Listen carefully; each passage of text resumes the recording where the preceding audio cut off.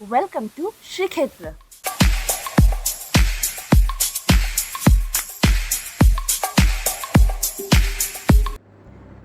Hello everyone, welcome back to my channel again. So मैं अभी ready हो रही हूँ क्योंकि हमें बहुत जल्दी और कुछ ही मिनटों में फटाफट से पुरी के लिए रवाना होना है। कोणार्क का सफ़र हमारा यहीं तक था, तो कोणार्क तो डन हो गया है और अभी सफ़र शुरू होने वाला है हमारे श्री क्षेत्र यानी 4 धामों में से एक धाम पुरी की यात्रा। तो फटाफट से इसीलिए हम लोग रेडी हो रहे हैं और रेडी होते ही हम कोणार्क पुरी के खूबसूरत से मेरिन ड्राइव से होते हुए एकदम जल्द से जल्द पहुंच जाएंगे पुरी। तो आपके साथ मैं वो सारे मोमेंट्स मेरे शेयर करूंगी। बने रहिए मेरे साथ मेरे इस ब्लॉग में।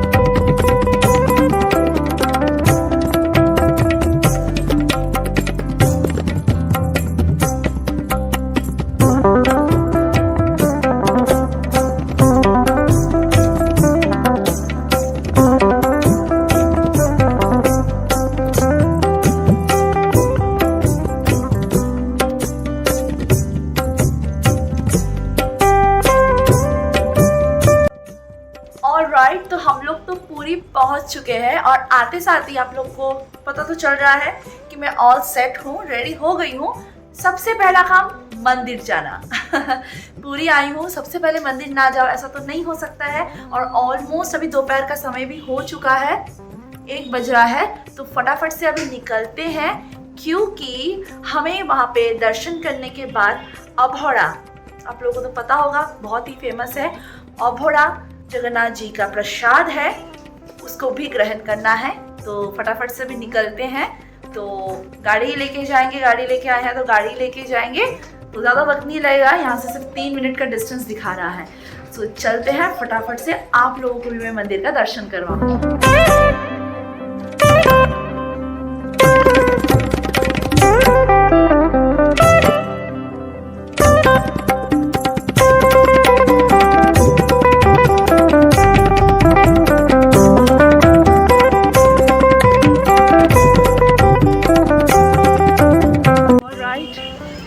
आप लोग को दिख रहा होगा स्क्रीन में ये भव्य सुंदरता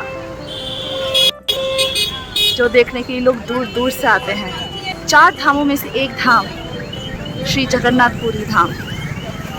खूबसूरती और भीड़ दोनों यहाँ आपको देखने को मिलेगा क्योंकि हमारे जोगा यहीं पे विराजमान है। तो चलिए अंदर जाके भगवान का दर्शन करते हैं। बिल्कुल मंदिर के सामने खड़े हुए हैं, तो फटाफट से भी अंदर जाएंगे। मेरी बहन एक्साइटेड? अच्छा लग रहा है ना आके? बहुत अच्छा लग रहा है, सुकून है यहाँ पे। सही कहा, सुकून है। आखिर जगत के नाथ जगन्नाथ के पास किसको सुकून नहीं मिलेगा। So here is the entrance. आप भीड़ देख पा रहे होंगे किस कदर भीड़ है। और ये है सिंह द्वार, the beauty of Jagannath temple. Finally मेरा दर्शन हो गया है और उसके साथ मैंने वहाँ पर मंदिर में ही बैठ कर के अभोड़ा का भी ग्रहण कर लिया है। बहुत ही स्वादिष्ट भोग था और उतना ही, मतलब उससे कई गुना ज़्यादा, उतना ही नहीं बोल सकती, उससे कई गुना ज़्यादा खूबसूरत दर्शन था। और मेरा भाग्य इतना अच्छा है कि मैं बहुत ही खाली में, पूरा भीड़ नहीं था कह सकते हैं, वैसे में मैं पूरा दर्शन करके आई हूँ। बेस्ट टाइमिंग है जगन्नाथ जी का दर्शन करने का, वो है 3 से 4 बजे के बीच में। और अगर इस टाइम पे आप लोग आते हैं तो मुझे जितना लगता है आप लोगों को थोड़ा खाली मिलेगा, ज़्यादा लाइन में नहीं रहना पड़ेगा। सो मेरा रिकमेंडेशन ऑलवेज़ ये रहता है कि दोपहर के 3 से लेकर के 4 बजे के बीच में आइए, तो बहुत ही सुंदर दर्शन होगा आप लोगों का। मेरा भी भाग्य बहुत अच्छा था कि मैं इसी वक्त आई और इतना सुंदर तरीके से बहुत ही करीब से दर्शन हुआ है। जगन्नाथ जी का दर्शन और जगन्नाथ जी का आशीर्वाद लेते हुए हमारा पूरी का जर्नी इसी तरीके से स्टार्ट हुआ और मैं बहुत ज़्यादा खुश हूँ, बहुत ज़्यादा एक्साइटेड हूँ। मेरी हंसी देख के आप लोग को समझ में आ रहा होगा कि मैं कितनी ज़्यादा खुश हूँ।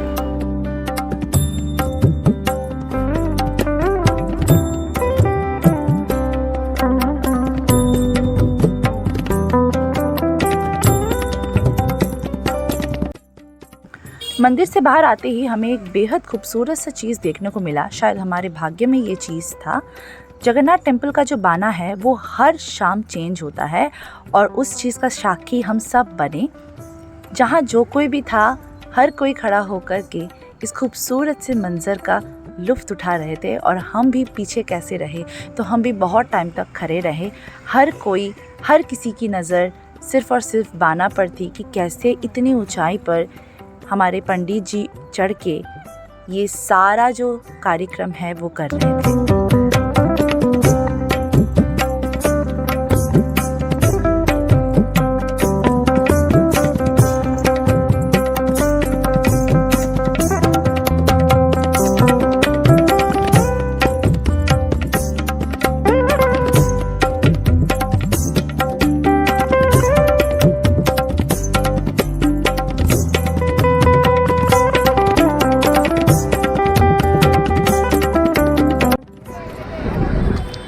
सब भक्ति में लीन है। यहाँ पर हर कोई बैठा हुआ है इस शांति प्रिय जगह पर, क्योंकि है ही इतनी शांति इस पर्टिकुलर प्लेस में।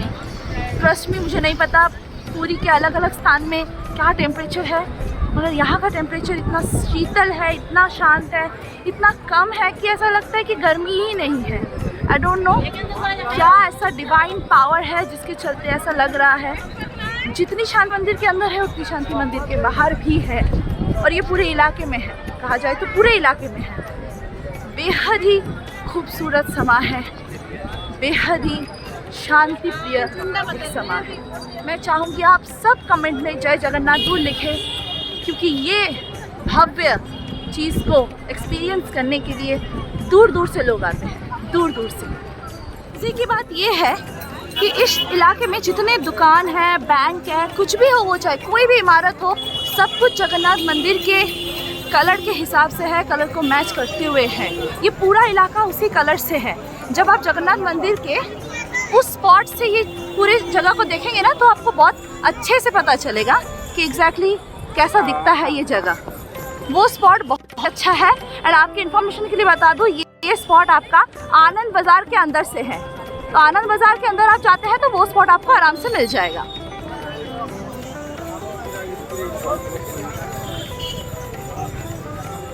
संध्या आरती जो है वो शुरू हो गया है।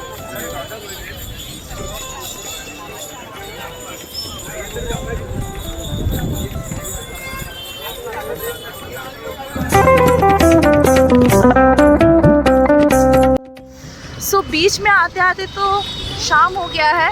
अफसोस की बात है कि भी सही से दिखेगा नहीं। यस, सिटी लाइट्स बहुत ही खूबसूरत तरीके से दिख रही हैं, मगर still natural beauty is natural beauty.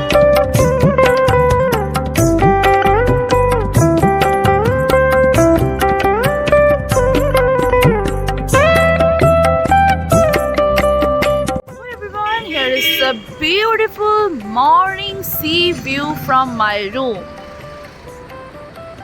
बेहद ही खूबसूरत नज़ारा है, छोड़ के जाने का मन नहीं करता है पूरी आने से, क्योंकि ये जो व्यूज़ है ना वो बहुत ज़्यादा मिस करते हैं हम। हाँ, ये बात अलग है कि हम तो सी बीच के एरिया से ही बिलोंग करते हैं, बट स्टिल पूरी की वाइब अलग है, पूरी की सुंदरता अलग है। So it's really beautiful. मैं तब से खड़ी हूँ तो मैंने सोचा ज़रूर कि आप लोगों को दिखाना चाहिए, आप लोग के साथ ये व्यू ज़रूर से ज़रूर शेयर करना चाहिए। So that's the reason. आप भी देखिए ऑन स्क्रीन, लुत्फ़ उठाइए इस खूबसूरती का।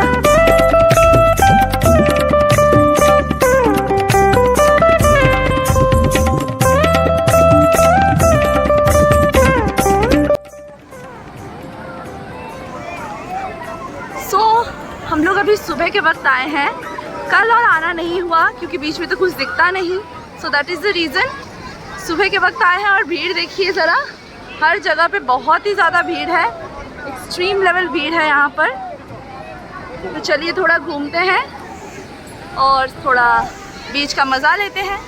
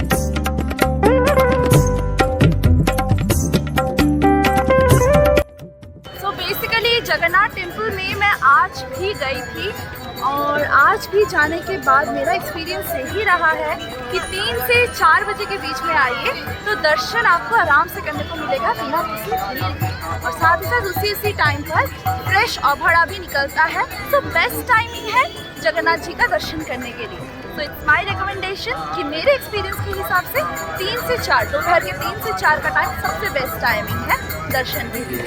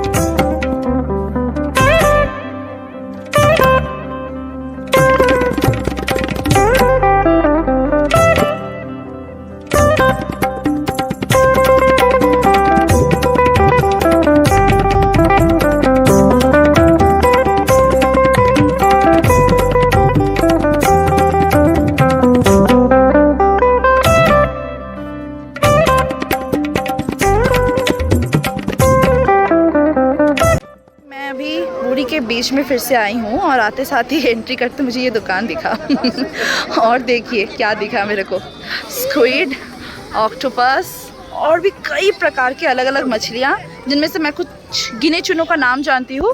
ये पॉम्पलेट है भाई ना, एडा कौन चांदी, ओके। सो ये चांदी माछा इसको बोलते हैं। ये देखिए यहाँ पे हर साइज़ का प्रॉन है, इसको तो जानते ही होंगे, हर साइज़ का प्रॉन है। ये कुछ अलग दिख रहा है, ओके, कुछ शार्क जैसा दिख रहा है। ऑलराइट, बहुत अलग अलग तरीके का मछली यहाँ पर है। सो देखिए कैसे भैया फ्राई कर रहे हैं।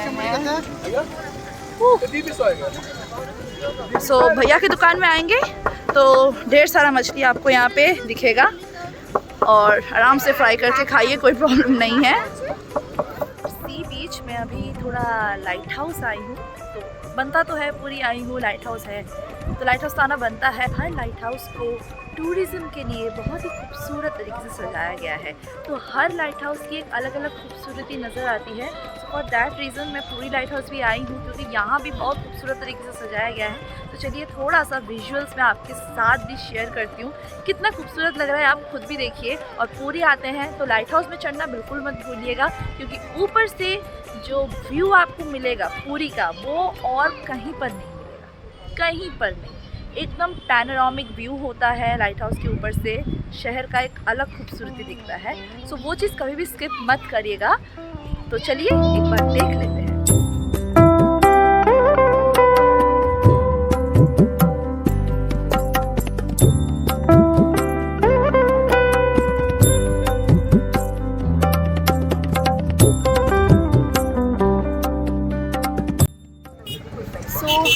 अभी मैं खड़ी हूँ बिल्कुल स्वर्ग द्वार के सामने, और चिताओं पे चिताएं यहाँ जल रही है।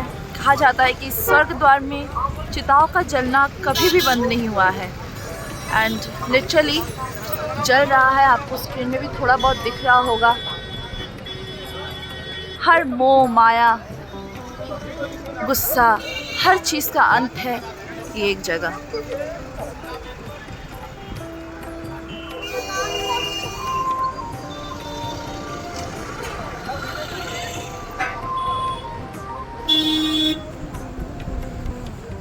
जब कभी भी बहुत ज़्यादा गुस्सा, ईर्ष्या, गुरूर, मोह, माया, पैसों की ताकत, कुछ भी हो जो चाहे, जब बहुत ज़्यादा आ जाता है ना, उस वक्त एक दफ़ा इस जगह पर विज़िट करना ज़रूर चाहिए। चाहे वो बनारस की मणिकर्णिका घाट हो या पुरी का स्वर्ग द्वार। आने से ही पता चलेगा कुछ हमारा नहीं है, कुछ मेरा नहीं है, कुछ किसी का नहीं है। आए थे खाली हाथ, जाएंगे खाली हाथ। वही चीज़ ये जगह दर्शाता है, क्योंकि अंत और शुरुआत सब कुछ इसी ज़मीन से है जो कि जुड़ी हुई है और खाली हाथ है। तो एक सीख और अपने मन पे कंट्रोल अगर लाना हो ना, कभी कभी इंसान को ऐसी जगह पर आना चाहिए, तो अपने आप मन पे वो कंट्रोल आ ही जाता है। क्योंकि ये जगह घमंड को बहुत आसानी से तोड़ सकता है।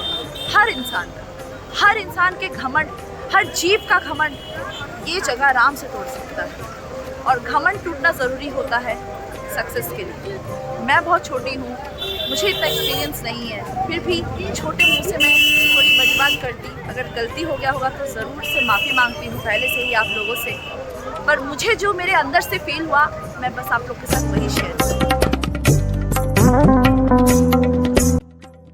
फाइनली हमारा घूमना तो कंप्लीट हो गया है, और पुरी का जो जर्नी है वो हम एक अच्छे से रेस्टोरेंट में बढ़िया सा खाना खा कर ही एंड करेंगे। मैं आपको पहले ही होटल का नाम दिखा चुकी हूँ।